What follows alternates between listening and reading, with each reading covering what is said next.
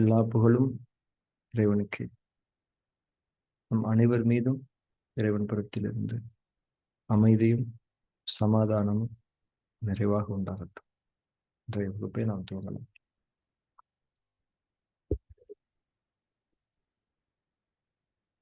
தியானத்தினுடைய முதல் படியை சில நிமிடங்கள் நம்ம செஞ்சிடலாம். அதுக்கப்புறம் ஒரு இடைவெளி விட்டுட்டு நம்ம ஆதி மூலத்தவம் செய்ய இருக்கிறோம். இந்த ஆதி மூலத்தவம் வரக்கூடிய நாட்கள்ல அதிகமாக செய்ய இருக்கின்றோம். இருந்தாலும் நம்முடைய அடிப்படைகளை நாம் மறந்து விடக்கூடாது என்பதற்காக அந்த பேசிக் பிராக்டிஸ்ல இருந்து நம்ம தியான வகுப்பை நம்ம தொடங்கலாம். சில நிமிடங்கள் தியானத்தினுடைய முதல் நிலையில் நாம் நிலைத்திருக்கலாம். கண்களை மூடியிருத்தல், உணர்வோடு அதிட்டானாவை மேற்கொள்ளுதல், உணர்வோடு மூச்சின் மீது கவனம், உணர்வோடு இறை வழி தியானத்தை தொடங்குவதின் 3 படிநிலைகளை சரியான புரிதலோடும் உணர்வோடும் செய்து சில நிமிடங்கள் நிலைத்து தியானம்.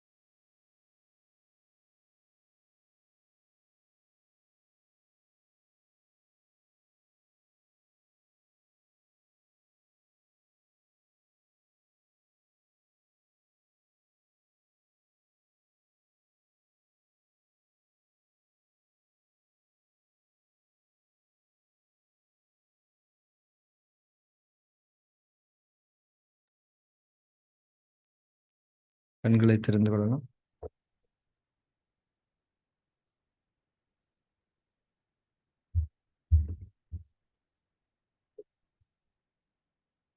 ஒரு மனிதனுடைய சமநிலைத்தன்மை வாய்ந்த மனம்தான் இந்த பிரபஞ்சத்தின் படைப்புகளிலேயே வைத்து மிகவும் உயர்ந்தது என்பதை நாம் உணர்ந்து கொள்ள வேண்டும். ஒரு மனிதனுடைய சமநிலைத்தன்மை வாய்ந்த மனம்தான் இந்த பிரபஞ்சத்தின் படைப்புகளிலேயே வைத்து மிகவும் உயர்வானது என்பதை நாம் உணர்ந்து கொள்ள வேண்டும். சமநிலைத்தன்மை கொண்ட மனம் என்பது என்ன? இறைவனுடைய செய்திகள் நம்முடைய உள்ளத்தில் இறங்குகிறது, மனசாட்சி என்று சொல்லுகின்றோமே, அந்த மனசாட்சியின் வழிகாட்டல்களை செவியேற்று அதன்படி மனம் 2 என்ற உலக மனம் நடக்க வேண்டும். இதுதான் சமநிலைத்தன்மை கொண்ட மனதின் அடையாளம், அடிப்படை. இவ்வாறான சமநிலைத்தன்மையை கொண்ட மனம்தான் இந்த பிரபஞ்சத்தின் படைப்புகளிலேயே வைத்து மிகவும் உயர்ந்தது என்பதை நாம் உணர வேண்டும். இந்த சமநிலைத்தன்மை கொண்ட மனதை நாம் சில நேரங்களில் அடைந்திருக்கின்றோம், பல நேரங்களில் அடைய முடியாமல் தவிக்கின்றோம். சில நேரங்களில் அப்படியான ஒரு தன்மை இருக்கின்றது என்பதையும் உணராமல் நாம் மறந்த நிலையில் இருக்கின்றோம். இது போன்ற பலவிதமான ஏற்ற இறக்கங்கள், உயர்வு தாழ்வுகள் நம்முடைய வாழ்வில் நிகழ்ந்த வண்ணம் இருக்கின்றன. இதில் சிலருக்கு முன்னேற்றங்கள் இருக்கலாம். இது ஒரு பக்கம். இப்போ நாம இந்த ஆதிமூல தவம் செய்கிற போது நம்முடைய உடலில் நிகழக்கூடிய, நம்முடைய சக்தி உடலில் நிகழக்கூடிய மாற்றங்கள் என்ன என்பதை நாம் உணர்ந்து கொள்ள வேண்டும். அந்த மாற்றங்களின் விளைவுகள் என்னவாக இருக்கும் என்பதையும் நாம் உணர்ந்து கொள்ள வேண்டும். இப்ப நம்ம சக்ராஸ் பத்தி படிக்கும்போது அநாகத சக்கரம் வரைக்கும் நம்ம படிச்சோம். மூலாதாரம் படிச்சோம், சுவாதிஷ்டானம் படிச்சோம், மணிப்பூரகம் படிச்சோம், அநாகதம் படிச்சோம். அதோட நிறுத்திட்டோம். அநாகதமே நம்முடைய மனதில் அன்பு நிறையும் போதுதான் அது முழுமையாக திறக்கும். அன்பு என்பது நம்முடைய குடும்பத்தினரிடம் காட்டக்கூடிய அன்பு அல்ல. சக உயிர்கள் அனைத்தின் மீதும் காட்டக்கூடிய பாரபட்சமற்ற தூய்மையான அன்பு நம்முடைய மனதில் இருக்கும்போது அநாகதம் முழுமையாக திறக்கும். ஆனால் யோக பயிற்சிகளின் விளைவாக அநாகதத்தை முழுமையாக திறந்து கொள்ளக்கூடியவர்களாக நாம் இருக்க முடியாது. அநாகதத்தை திறக்காமல், அநாகதத்துக்கு உயர்ந்து நிலைக்காமல் நம்மால் விசுத்தி, ஆக்கினை, சகசிரம் உள்ளிட்ட உயர்நிலை சக்தி திரட்சிகளை அடைய முடியாது. அப்போ எப்போ நாம் அநாகதத்தை முழுமையா திறக்க முடியும்? அன்பு நிறைந்திருக்கும் போது. அன்பு எப்போது முழுமையாக நிறைந்திருக்க முடியும் என்பது குறித்துத்தான் நாம் இப்போது பேசப் போகின்றோம்.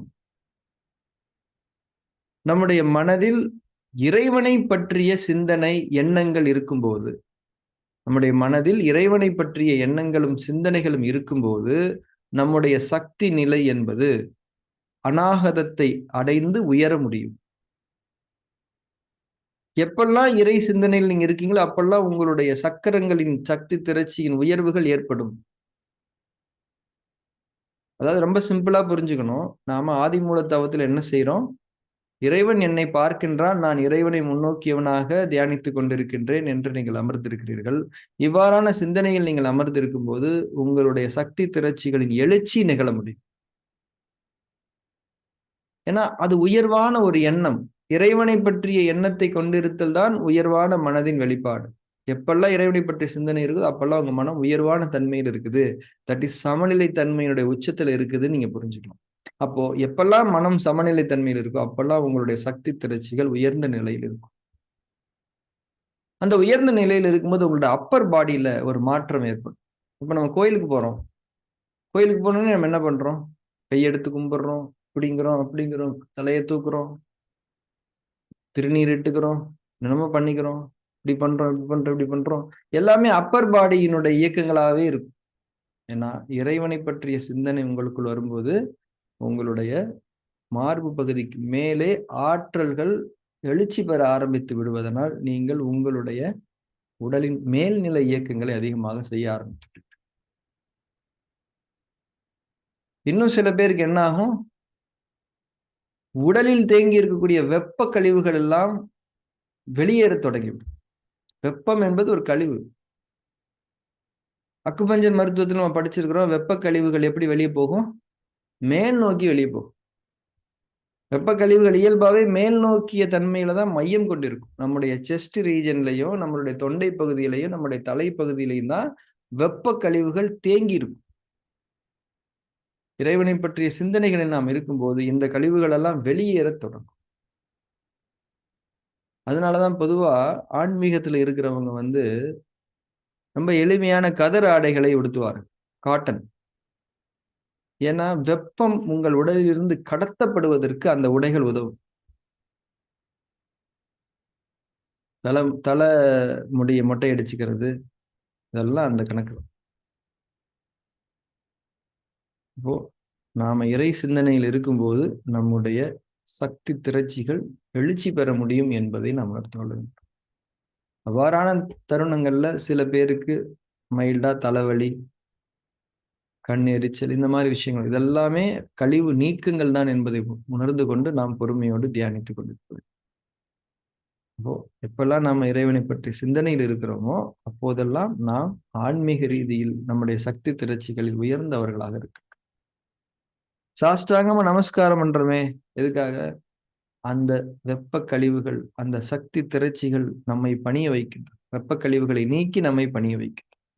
அப்போ நீங்க என்ன புரிஞ்சுக்கணும்? நீங்களே அத எக்ஸ்பீரியன்ஸ் பண்ணுவீங்க. உங்களோட அப்பர் பாடியினுடைய சக்தி நிலைகள் எழுச்சி பெறுவது, அங்க இயக்கங்கள், நல்ல இயக்கங்கள், ஆரோக்கியமான இயக்கங்கள், கழிவு நீக்க இயக்கங்கள் என்பது மேலோங்க தொடங்கும். நம்ம இறைவனுடைய சிந்தனையில இருக்கும்போது தான் அன்பு என்பது நம்மில் நிறையத் தொடங்கும். விரிவடையத் தொடங்கும். ஏன்னா, இறைவன் நம்மள பார்த்துக்கிட்டு இருக்கான் அப்படின்ற நிலையில, ஆதிமூல தவத்த நம்ம பழகும்போது, எல்லா நிலையிலயுமே அந்த கான்ஷியஸ் வந்துரும். இப்ப நம்ம கிளாஸ் பேசிட்டு இருக்கோம். இதையும் இறைவன் பார்த்துட்டு இருக்கான் அப்படின்ற ஒரு வேலை செஞ்சுட்டு இருக்கும்போது வந்துரும். எல்லா நிலைகள்லயும் அந்த நினைவு வந்துரும். அப்ப நாம எந்த ஒரு நிலையிலயுமே சக உயிர்களுக்கு துரோகம் நினைக்கக்கூடிய ஒரு தன்மைக்கு செல்ல மாட்டோம். இதுதான் அன்பின் அடிப்படை. என்னால யாருக்கு எந்த டிஸ்டர்பன்ஸும் வரக்கூடாது அப்படின்னு நினைக்கிறது தான் அடிப்படை. ஜீவகாருண்யம் என்று சொல்லப்படக்கூடிய ஒரு விஷயம். அப்போ இந்த ஜீவகாருண்யமே மோட்ச வீட்டின் திறவுகோல்னு வள்ளலார் சொல்றார். அப்போ ஜீவகாருண்யம் என்று நாம் சக்தி அடிப்படையில் புரிந்து கொள்ள வேண்டியது அநாகத சக்கரத்தினுடைய முழுமையான திறவு நிலை. அதை இறைவனை முன்னோக்கியது கொண்டுதான் நாம் திறந்து கொள்ள முடியும். வேறு எந்த யோக பயிற்சிகள் மூலமோ அதை செய்து கொள்ள முடியாது. இறைவன் என்னை பார்த்து கொண்டிருக்கின்றான். என்னுடைய மனதை அறிந்தவனாக இருக்கின்றான். என்னுடைய எண்ணங்களை அறிந்தவனாக இருக்கின்றான். இந்த நிலையை நாம் பயிற்சி செய்யும்போது, இந்த உணர்வு நிலையில் நாம் இருக்கும்போது, அநாகதம் திறக்கும். நம்முடைய அப்பர் பாடியில உயிரோட்டம் அதிகமாக இருப்பதனால் விசுத்தி திறக்கும். பொய் பேச மாட்டோம். விசுத்தி சக்கரத்தினுடைய அடிப்படையில பொய் சொல்லக்கூடாது. இறைவன் உங்களை பார்த்துட்டு இருக்காங்கும்போது, உங்க உள்ளத்தில் இருப்பதை அவன் உணர்ந்தவனாக நேரடியாக அவன் பார்த்து கொண்டிருக்கான் போது எப்படி பொய் சொல்லுவோம்? மிகைப்படுத்தி பேச மாட்டோம். கவர்ச்சி வார்த்தைகள் பேச மாட்டோம். இயல்பாக அந்த மாயா ஜாலம் நிகழும். அதற்கு அடிப்படை இந்த ஆதிமூலத்தம். இந்த உணர்வுகளோடும், புரிதல்களோடும் நாம் இன்னைக்கு ஆதிமூலத்தவம் செய்ய தொடங்கலாம். நான் ஏற்கனவே சொன்ன மாரி எந்த ப்ரொசீஜரும் கிடையாது. ஜஸ்ட் கண்ண மூடி தொடங்க வேண்டியதுதான். நீங்கள் உங்களை மனம் என்ற தன்மையில் உங்களை அடையாளப்படுத்திக் கொள்ளுங்கள். அல்லது உடல் என்ற தன்மையிலும் உங்களை அடையாளப்படுத்திக் கொள்ளலாம். அது தவறு கிடையாது. ஆனால் போக போக நீங்கள் உங்களுடைய மனம் என்ற தன்மையே உணர ஆரம்பிப்பீர்கள். மறைபொருளில் உங்களுடைய கவனம் நிலை கொள்ளும். இறைவன் நீங்கள் அவனை முன்னோக்கி தியானித்துக் கொண்டிருப்பதை நேரடியாக பார்த்து கொண்டிருக்கின்றான் என்ற அந்த உணர்வு. நேரடியாக பார்த்து கொண்டிருக்க இந்த உணர்வில் தான் நாம் தியானித்திருக்க வேண்டும்.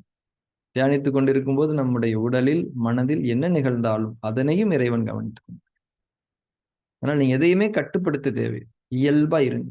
இயல்பான தன்மையில நீங்க எப்படிலாம் இருக்கிறீங்களோ எல்லாத்தையும் இறைவன் பார்க்கிறான் அப்படின்ற அந்த உணர்வுல மட்டும் தியானித்திருக்க வேண்டும். தியானம் தொடரும்.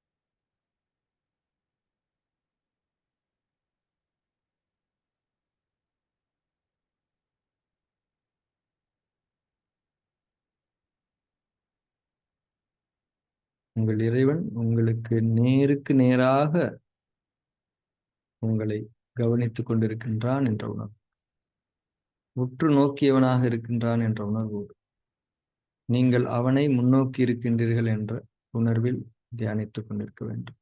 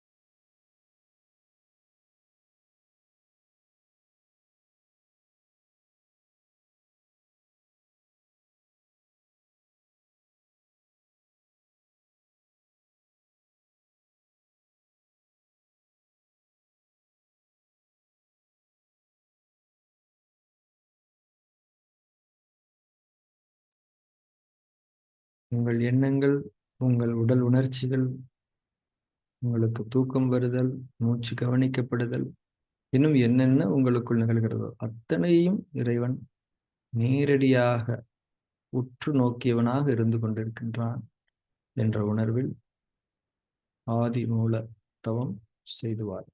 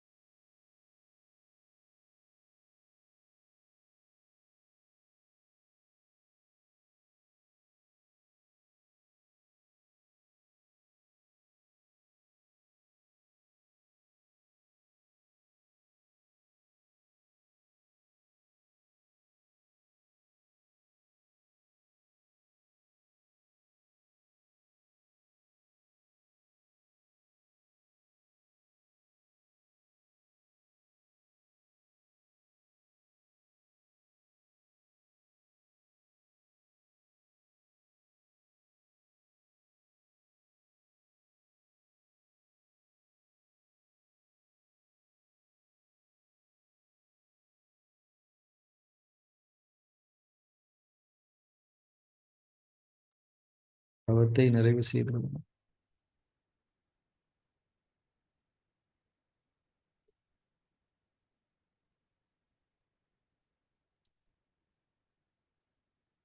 ஏற்கனவே பேசின மாதிரி ஆதிமூல தவம் செய்ய செய்ய நம்ம அப்பர் பாடி ஆக்டிவிட்டிஸ் வந்து அதிகமாகும். இது வந்து மறைவான நிலையில தான் அதிகமாகும். இப்போ இதை வந்து தோற்றமான தன்மையில புரிஞ்சுக்கும் போது நமக்கு நிறைய குழப்பங்கள் இருக்கும். உதாரணத்துக்கு ஆன்மீக குருமார்கள் எல்லாமே இந்த மாதிரி ஆதிமூல தவத்தினுடைய கருவை சொல்லும்போது அதை கேட்கிறவங்க உடல் ரீதியாவே புரிஞ்சுக்கிறாங்க. நல்லா பாருங்க, ஆன்மீகத்தினுடைய ஆக்டிவிட்டிஸ் எல்லாமே அப்பர் பாடியிலே தான் இருக்கு. கழுத்துல ஒரு மாலை போட்டுக்கிறது, கையில தான் கட்டிக்கிறது. கைங்கிறது அப்பர் பாடி தான். கைங்கிறது கீழ் நோக்கி இருந்தாலும் அது அப்பர் பாடி கணக்குல கையில ஏதாவது கட்டிக்கிடுவாங்க, மோதிரம் போட்டுக்கிடுவாங்க, திருநீர் வச்சுக்கிடுவாங்க, இங்கே தான் வச்சுக்கிடுவாங்க, கிரீடம் வச்சுக்கிடுவாங்க, ஜடாமுடி வச்சுக்கிடுவாங்க, காதல் எதையாவது போட்டுக்கிடுவாங்க. இந்த மாதிரி எல்லாமே அப்பர் பாடி சம்பந்தமாகவே இருக்கும். இதை நம்ம மறைவா எப்படி புரிஞ்சுக்கணும்? இப்போ நீங்க வந்து பொய்யே பேசாம சத்தியத்தையே பேசக்கூடிய தன்மை தான் உங்க கழுத்துக்கு மாலை. நீங்க போட்டிருக்கக்கூடிய இந்த மாலை வந்து அதுல தீமை இருக்குன்னு நான் சொல்ல வரல. பட் இந்த மாலைக்கு முன்னால் அந்த மாலை இருக்குது. உங்க மனசுல, உங்க தலையில கர்வம் ஏறாம பணிவும் குளிர்ச்சியும் இருக்கக்கூடிய தன்மை தான் உங்களுடைய தலைக்கு கவசம். சிவபெருமானுடைய ஜடாமுடியும் மேல கங்கையும் எதை உணர்த்துது? அங்க வெப்பம் இல்லை. வெப்பம்னா பெருமை இல்லை, நீர் சக்தி இருக்குது, அன்பு இருக்குது, பணிவு இருக்குது. அதனால முடி என்பது நீர் சக்தியினுடைய பெருக்கத்தின் அடையாளம். முடியும் நிறைய வளர்ந்துருச்சு, அதுக்கு மேல கங்காதேவியே இருக்கிறாங்க. பெருமையே இல்ல, வெப்பம் இல்ல, குளிர்ச்சி இருக்கு. இதுதான் உண்மையில மகுடம். இந்த மாதிரி இது எல்லாமே கேரக்டர்ஸ் தான் அடிப்படையில தான் நாம புரிஞ்சுக்கணும். ஸோ ஆதிமூலத்தவம் செய்ய செய்ய செய்ய செய்ய என்ன ஆகும்னா, அநாகதத்துல நிறைவு பெற ஆரம்பித்து படிப்படியாக நீங்கள் வளர ஆரம்பிப்பீங்க. ஏற்கனவே சொன்ன மாதிரி அநாகதத்துல நிறைவு எப்படி வரும் அப்படின்னா, யாருக்குமே தீங்கு நினைக்க மாட்டீங்க. யாருக்குமே தீங்கு நினைக்காததுதான் அன்பினுடைய உண்மையான அடிப்படை. யாருக்கும் நம்மளால நான் இன்னொருத்தருக்கு ஹெல்ப் பண்றனோ இல்லையோ, இன்னொருத்தருக்கு நான் அன்பு செலுத்துறனோ இல்லையோ, என்னால எந்த தீங்கும் அவங்களுக்கு ஏற்பட்டுறக்கூடாதுன்னு நினைக்கிறீங்க இல்லையா? இதுதான் அன்பினுடைய உண்மையான அடிப்படை. இதிலிருந்து தான் அநாகதம் முழுமை அடைய தொடங்கும். அந்த ஒரு ஆட்டிடியூட் வளர்ந்து வளர்ந்து அந்த அநாகதம் முழுமையா தொடங்கும் போது விசுத்தியும் ஆக்கினையும் வளர ஆரம்பிக்கும். விசுத்தி ஆகினை வளர ஆரம்பிக்கும் போது ஆரம்ப நிலையில அங்க உள்ள வெப்ப கழிவுகள்லாம் நீங்கி அதுக்கப்புறம் உங்களோட ஆட்டிடியூட்ஸ் மாற ஆரம்பிச்சு. இன்னும் சொல்லப்போனா மறைவான தன்மையில சொல்லப்போனா நீங்க இந்த மாதிரியான உடல் ரீதியான ஆபரணங்களிலிருந்து விலகி விடுவீர்கள். பொட்டு வச்சுக்கிறது உங்களுக்கு அவசியமா இருக்காது. அதுக்காக யாராவது பொட்டு வச்சாங்கன்னா, ஐயோ வைக்காதீங்க அப்படி சொல்ல மாட்டீங்க. உங்களுக்கு விருப்பமா இருந்தா வச்சுக்கிறேன். எனக்கு தேவையில்லை. அதாவது மாலை போட்டுக்கிறீங்களா?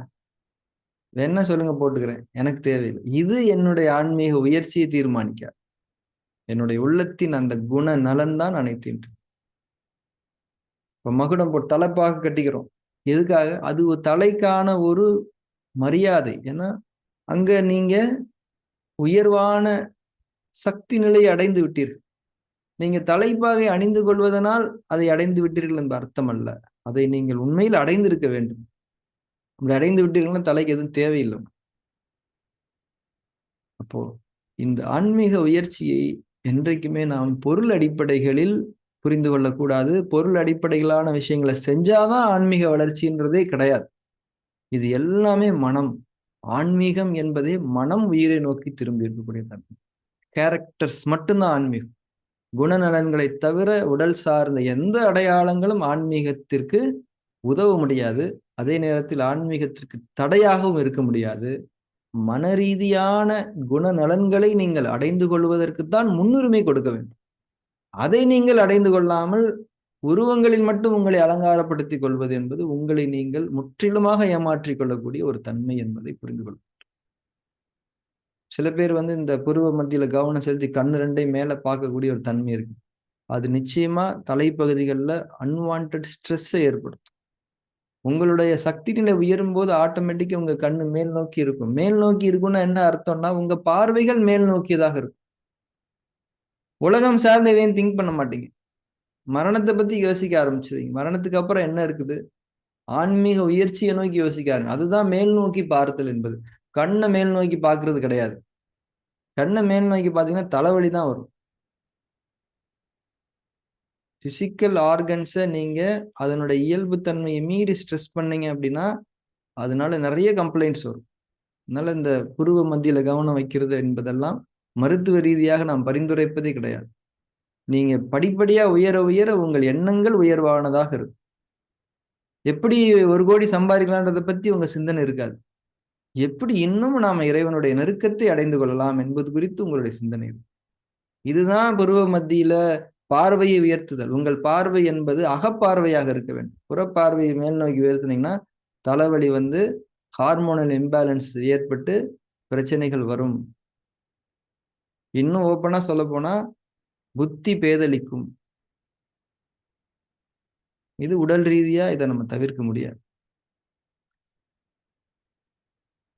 எனவே ஆதிமூல தவம் என்பது முழுக்க முழுக்க இறைவனை முன்னோக்கி இறைவன் நம்மை பார்த்து கொண்டிருக்கின்றான் என்ற அழகிய உணர்வில் உயரிய உணர்வில் நிலை பெற்றிருப்பது. எந்த கஷ்டங்களும் இல்லாத அற்புதமான லேசான ஒரு ஆன்மீக வழி. இறைவன் நமக்கு லேசானதையே நாடுகின்றான். கஷ்டமான எதையுமே அவன் நாடல.